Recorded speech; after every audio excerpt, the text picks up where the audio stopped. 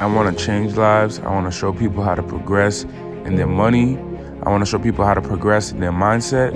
I want to show people how to progress in their brand so that way they can take care of their family, take care of their finances, and experience freedom. Hey Naz, thank you so much for joining us today on the Progression Show, man. I'm so excited to have you today. So Naz, let's take it. I see that you're at your office. I see the plaques behind you. I see the degrees behind you. What degrees is that behind you that you have? This one, I have so many. No, I'm just kidding. This one is for the United States Tax Court that I can represent clients. And then that one is from the Supreme Court of California when I passed the bar. And then there's some that I haven't put up. There's more on the other wall. What other degrees do you have? I have an MBA. I obviously have my JD when I went to law school, and then my bachelor's is up there. Man, all of this education. And, I'm a college dropout, so I'm ignorant to some of the details of how important the degrees are. And in your experience, how important has college degrees have been? Well, I mean, it just really depends. I think that you cannot have degrees and be very successful. You can have degrees and not be successful. But when it comes to the law, obviously you have to have these degrees, and people feel more comfortable when they see that you've kind of, you're experienced and well-rounded in many things. So for me, I had to differentiate myself. I couldn't just become a lawyer. Like, I had to specialize in some things, and I wanted to get another degree so I can say, yes, there are so many other attorneys that you can work with. But in addition to a legal background, I also have like a business planning background. So that was why it was really important for me to get the MBA. So when you got your MBA, what did you get it for? Was it to be an attorney? Because I see that you're an attorney now. Is it to be an attorney, or did you get it for another reason and then you No, became an attorney? How did that come about? Yeah, I had already finished law school, and I wanted to get into estate planning and business planning. But I think that I didn't want to think in a very linear way. I wanted to have another degree to look at the other side of it, the financial planning side of it. Yeah, I can legally help you prepare a bit, like how to start a business, but I also have to teach you like what you should spend your money on, and doing budgets and business plans. And there's so many other, sorry, the phone's like going off. There's so many other layers to helping someone in the legal profession. And I just wanted to have that another layer to add to my resume. What has been the challenges, you being in the legal profession and in this industry? What has been the challenges as a woman, especially a powerful woman at that, being in this industry? Well, I think number one, yes, it's hard being a woman being in the legal profession, but specifically the area of the law that I practice, estate planning, it's pretty male dominated, and it's very conservative and traditional for the most part. So it's not necessarily interesting. You have a lot of, older men that are kind of dominating that field, but it was really important for me to change it and make the topic interesting. And I guess you could say, like, I wanted to make it sexy and fun, because no one likes to talk about dying and taxes and all that stuff. But I put my spin on it and my personality on it. And a lot of people compliment me for the content that I create, that, wow, you have a really interesting way of like taking a really boring, dull topic and making it interesting and easy to understand. So it was really hard to kind of not go with the norm and just kind of put my own personality on the law, because a lot of people tend not to do that. So I think that was probably one of the biggest challenges. How many years have you been practicing? Almost 10. So almost 10, so 9.5, almost 10 years ago, when you first entered, what were some of your insecurities that you experienced? I hated the fact that I was young. I still look kind of young for my age. And I kind of turned that around and made it, it became to my advantage to be younger. So when people come into my office and they're doing their estate planning documents, they're like, aren't you a little too young? And I always say, would you rather an attorney outlive you for these estate planning documents, or you want an attorney that's going to die before you? And then they realize the importance of like having an attorney that's a little bit younger, more educated about like, the changes in the law, and has the energy to kind of go for it and help people and be there for the long run. So you took something that was essentially an odd that was against you, and you turned it around and you said, "Hey, this is how I'm gonna make it this is how I'm gonna make it positive and in my advantage." Yeah, Totally. How do you go about doing that? Like, what was the system or the idea, or what's the way that you did that? Because some people would soak in that misery and say, look, I'm young, and nobody likes me, and nobody wants to do business with me, and probably quit. But you decided to, continue to progress on. I mean, I think I had no choice. What was I going to do? Sit and sulk in my like misery of being young? And that's kind of like that's a funny thing to be sad about, that you're young. And I just turned it around and I said to myself, I have so many opportunities to create a business that's going to be, long lasting, and it's going to create a legacy, and it's going to change the industry. And I have time on my side, and a lot of people necessarily don't. So it's all about mindset. I mean, I could have sat there and been like really miserable and sad that people look at me as a young attorney that doesn't know anything, but I just educated myself, and I tried to get as much information from different mentors and different attorneys that were in my life on how you can really build a successful practice. I just used time to my advantage. And how important has mentorship been in your practice? I think it's really crucial. I think in the beginning, I kind of, I fought it off, and I figured I could do everything myself. But you need a team, a strong team around you, whether they're in the business or they support you. It's really important to have that team of people you can always rely on. You can't do it by yourself, because you're constantly going to be in your head, and you're going to, you're going to make things bigger than they really are. And sometimes you got to step back and contact someone that you trust to kind of give you another perspective of, hey, it's going to be okay. I went through this and I support you.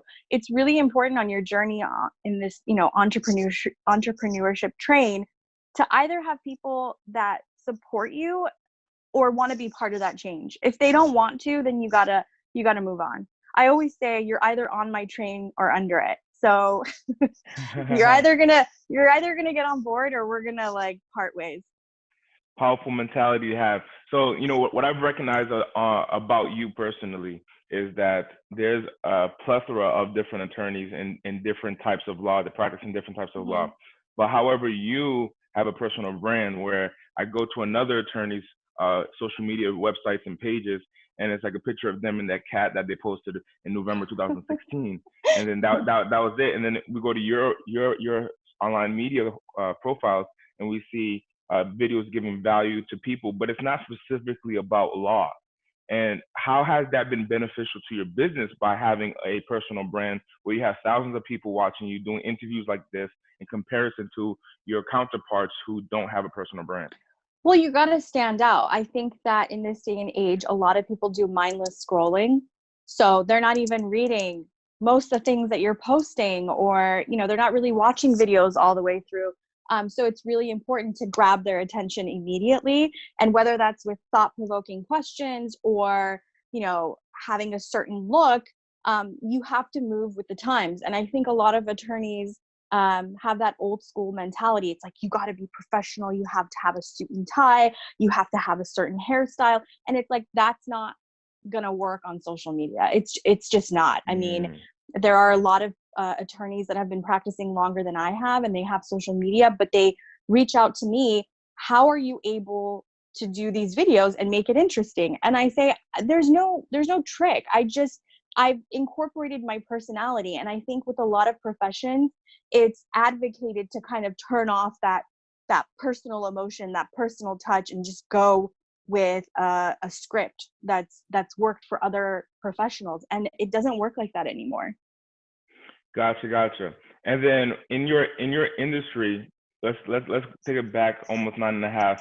No, it'll be over 9.5. So let's take it back 10 years ago when you're just starting out.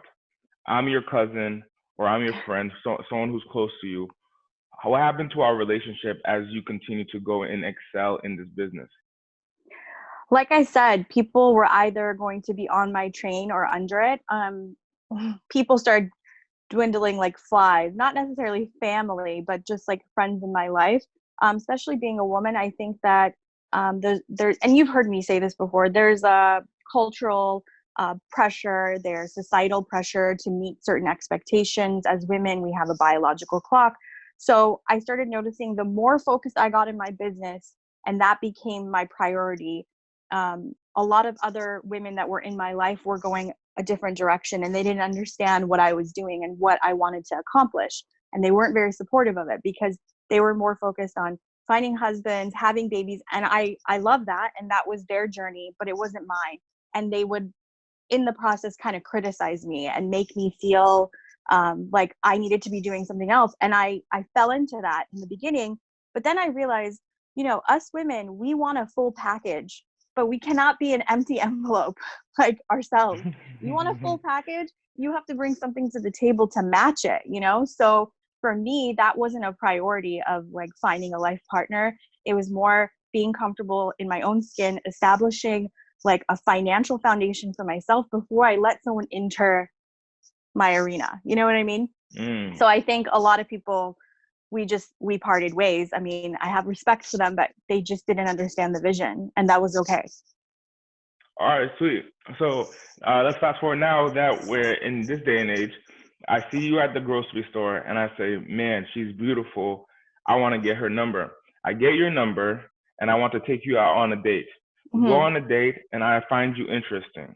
Now that I find you interesting, what's going to be the outcome of the relationship if I am a dominant man where I am successful in my business, successful in essentially all areas of my life, and I'm looking for a woman who can be the housewife? That's not going to happen. We're going to part ways. First of all, I like consistency, and I like people that kind of vibe with me in the sense like they take control.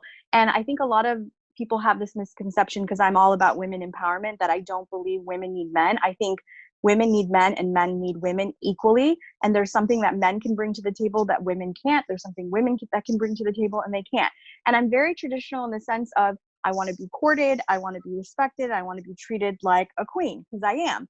But I'm also going to treat my man like a king. And so those are conversations that you got to have before it even progresses. And I don't think that I would ever attract a man that would want to have me be just a housewife. Like, those kind of men are not attracted to me to begin with. So I don't think they would ever ask me out and we would even get it to a first or second date. That would never happen. And I would say no. What has been the challenges with dating, being such a powerful woman, especially in a society now that men are confused as to how to court women in this day and age? What has been your experience with dating men? I think the problem has been just time, having the time to even go out for a meal or share a meal. So usually if I'm doing something socially or someone's going to approach me, it's business related. So I'm not spending time with people just to have fun and, you know, have a couple of drinks and relax. If I'm going to dinner, if I'm going out for drinks or whatever the case may be, or a social event, it's going to be work related.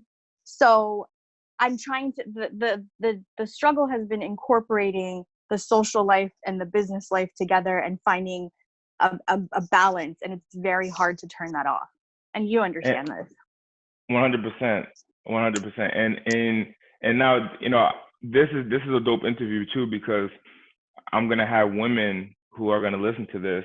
And in my life, I've experienced the two like the one side of the spectrum where the woman who's hungry and determined and is a hunter as well as I am, and then which is what you are, and then the woman who's like, yo, I just want to be taken care of, like just give me a stipend every month. So I've as a man, I've experienced both sides of the spectrum. And what I'm looking for is the middle. Now, what are you looking for in the type of men that you're looking to be in a relationship? And ironically, would they end up being in the same field that you're in? Well, yeah, probably. I'm looking for a co-founder. I'm looking for, you know, I had put up this quote the other day or a while ago, and it was, you know, I'm just a queen that's created an empire and I'm looking for a king to help me run it. And it's essentially, I want someone that's going to mirror that same sentiment. Like, they've created a successful life for themselves, but they understand the concept of two is better than one, in the sense when two strong people come together and they're not stubborn and they turn off their ego and their pride, they can build something great. So I live with purpose over popularity always. So I need someone that understands that purpose, that can contribute to the purpose and has their own identity and purpose. And when those two lives meet, something magical happens and an empire gets created that's bigger than I could have ever imagined. So I need someone that is strong enough to understand that vision and also want to contribute to that vision. So we're touching on some we're touching on some touchy topics here, Mhm. and it's very interesting. So when I ask you questions, I'm looking at it from two perspectives. Perspective number one is going to be the perspective of the young man who is an ambitious man who is looking for a relationship but not wanting the relationship with a woman who's just like, hey, I just want to be the housewife or just give me Mhm. money, Right. and figuring out how to be in a relationship with a powerful woman, number one. And number two, I'm looking at it from the point of view of the young woman who's driving in her car right now, who's 25, 26 years old, and she's having challenges in dating because she's such a powerful woman, and Mhm. some men are intimidated by her. And sharing your perspective on life to support and guide that woman, Sorry. sharing your perspective on life to support and guide that woman, as well as giving some insight to that man who's looking for Yeah. that I understanding. I think that it's all about trusting the timing of your journey. You know, and I tell people this, don't live on other people's timelines, because someone can find the man of their dreams at 21 and someone can find them at 40. But it's that journey that you go through that builds you and creates character for you to attract who you are supposed to be, whether that's the universe or God aligning it. Trust the timing. How do you know when it's the right time? Oh, you'll just know when you meet someone. You'll just know. When you have that, like, when you feel accomplished and you're like, I want to share this with someone else and I want someone else to experience this and help me create more and encourage me on like a romantic level, not like a friend, family level, then you'll know it's time to kind of, I don't know, keep your eye out for potential people that maybe they're right under your your eyes, and you haven't even noticed. You know what I mean? hmm And from the man's point of view, how can a man who says, "Hey, I'm interested in a woman who's a powerful woman, and Mhm. I'm nervous that I'm gonna be left on the back burner." How can a man court that woman? Well, see, that's what I'm saying. You have to be very comfortable in your own skin and you have to have your own identity and individual purpose. I think the problem is that a lot of people get involved with others, or they get in intermarriages because they feel like they need someone to make them happy. And that's when we see high rates of divorce and like problems in relationships. You have to be happy on your own before you can be in a serious relationship. So for those men that feel like they're going to be on the back burner, you know, when you're at a place in your life where you already feel happy and fulfilled, that person's just adding value to your life. So you also, as a man, have to get to a point where you're confident, because she will eat you alive if you feel like that. Like, if you already feel like you're going to be put on the back burner, you don't have the mental capacity to be with a strong woman. Gotcha. So he has to work on his. He has to Yeah. work on that. Now let's transition into timing. So I see that you have a one hectic schedule. You're working in Yes. Los Angeles, California, with high net worth individuals. Hmm. How do you harmonize your personal life and your work life? I'm still What is actually a system that you use? I'm still trying to learn that. I think that, you know, when you love what you do, it almost doesn't even feel like work. So, like when I mentioned to you that a lot of the events that I do that are outside of the office are work related, I really enjoy being around those people, and we're on the same wavelength. So that's the way I try to balance it, is doing more work events that are social in nature and kind of, you know, I'm starting to. I told myself in 2020 that I'm going to accept many invitations for events, because I always used to say no, like I don't have time to be out of the office. But you know, just last week I went to San Diego for a women's luncheon, and I told myself that at least once a week I have to go to an event that's outside of the office, because it's very hard for me to detach myself from this workspace. So that has been my priority. At least once a week, leave the office. So you'll be speaking. I'm grateful to have you. You'll be speaking on the Progression Conference National Yes. Tour. What is the message that you're going to bring to the audience? My goal is to, number one, empower, whether that's a man or a woman that's sitting in the audience, to know that you can create a life that you love and nothing is impossible.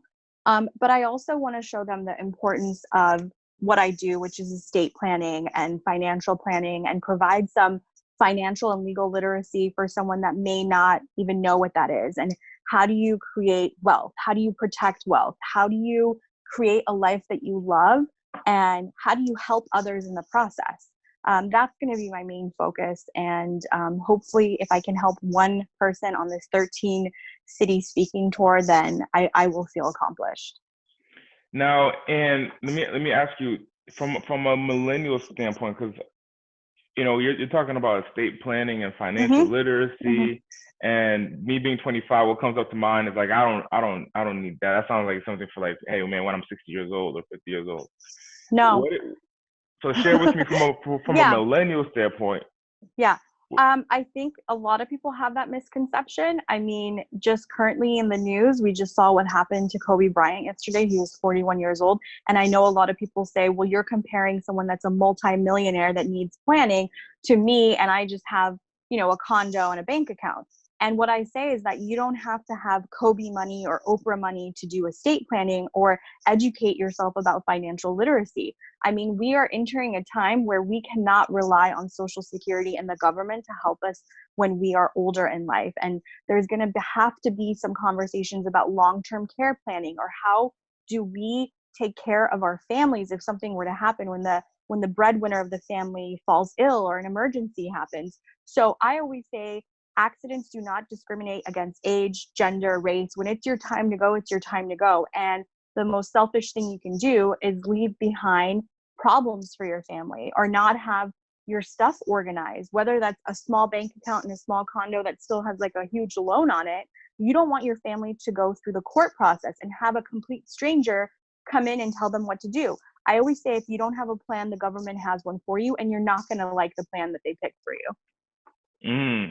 Now, but from a millennial standpoint, that 26-year-old, 25-year-old that woman who's driving in the car that just loved what you shared, by the way, about about her advice on relationships, but she's saying to herself, like, I'm just single, little old me. I'm not married. I don't have kids.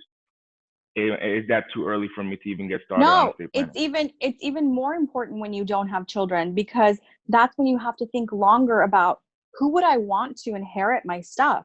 Whether that's like an antique watch that's been in your family for generations, or you have a retirement account set aside and you have some good money in there. I think it's more important for people that are single to really have these conversations, because they may not like what the government does. I mean, if you don't have a plan, they will distribute it to your next living relative.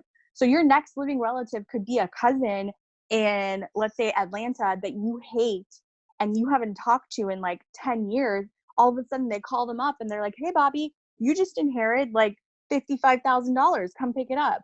I mean, you really have to think about what you want and not allow someone else to kind of control your life, because we control every little detail of our lives and we put in the time and the energy. I mean, whenever a new iPhone comes out, I see a lot of millennials standing in line waiting to buy that $1,000 phone. If you have $1,000 to buy a phone and you have the time to stand in line for hours for a phone, you have time to, deal with these concepts and these issues, so your family doesn't have to.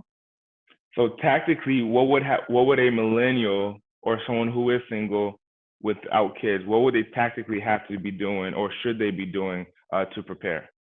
It's not even about like leaving money to a beneficiary. It's also about having power of attorney documents. And what I mean by that is, if you become incapacitated, where you're in a coma, or you get, whatever, you're in a car accident, you can't sign for yourself, you need to select someone, an agent, to make financial and medical decisions for you. A lot of the times we see young people faced with this issue where they didn't plan properly, and there's no one that can legally, sign checks for them, pay their mortgage, pay their car note, and then everything gets repossessed, or, it goes into foreclosure because no one can access their bank accounts because they didn't have the power of attorney. Or they're in a coma and the families start fighting over whether they're going to keep them on life support, but they didn't have that conversation about, what would I want if I'm in a situation where I can't speak for myself. So it's not so much about like leaving behind money. It's also about what happens if you become incapacitated. And like I said, those accidents, they're not going to say, oh, I'm not gonna have this person get into a car crash because they're 25. Like, if it's your time to get into a car crash, it's your time to get into a car crash, Right. We unfortunately saw yesterday that Kobe Bryant, his 13-year-old daughter, got into an accident, and both of them passed away. Yeah. So in having a power of attorney, so the number one is to get in touch with an attorney. Is that what it is? Yes. Get in Yes. touch with an attorney, and then number two, choose a plan and have them become your power of attorney. Yes. And this is what you're doing, working with millennials and other people. Yeah, I have a lot of young clients actually that come in because they see either friends or other family members, get into accidents, and then it's just like a wake up call for them. So they take the initiative. So don't wait for something bad to happen. I always say when you don't have an estate plan, it's like driving in your car without a seatbelt. If you get into an accident and you fly out of the windshield, you can't tell the paramedics, I want to go back and put my seatbelt on. It's all about timing. So having these documents before something bad happens is key.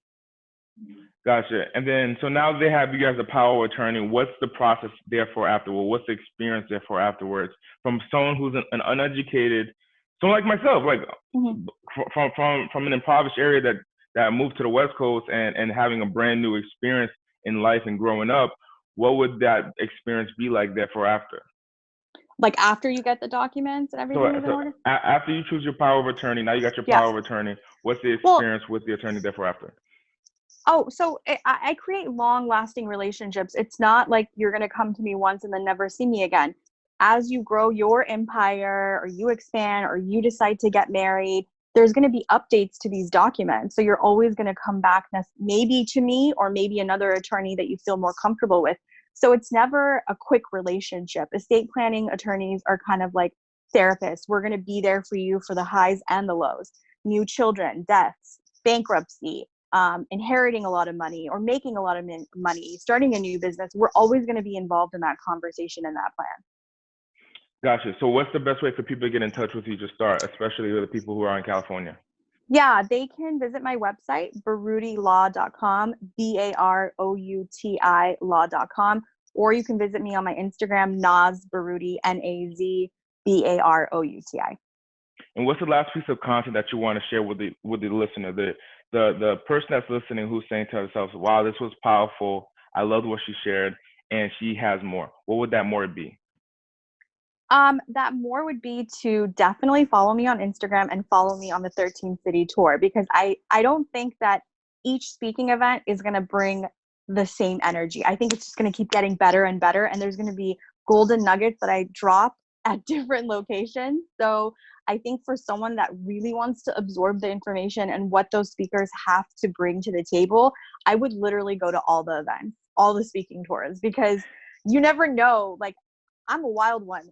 One day I may give you some golden nuggets about financial planning, another day about legal planning. So you don't want to miss that. It's really invaluable because, or I can't put a price on it actually, because when I tell people, when I have my radio show every Saturday here in Southern California, I tell them, I'm like, all this information I'm providing you guys, people pay me thousands of dollars for. So you should always have a pen and paper when you're listening to me, because truly people pay me $500-600 an hour to help them with this stuff.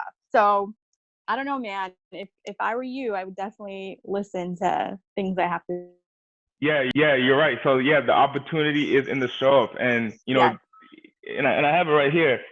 Maybe you can see it, maybe you cannot. But when you show up physically and you show up powerfully, you are bound to receive an opportunity. So if you want to see Naz on stage at the Progression Conference Tour 2020, go to progressionticket.com. That's right, progressionticket.com, and see Naz up there. Naz, thank you so much for being on the show. You're welcome. See you later.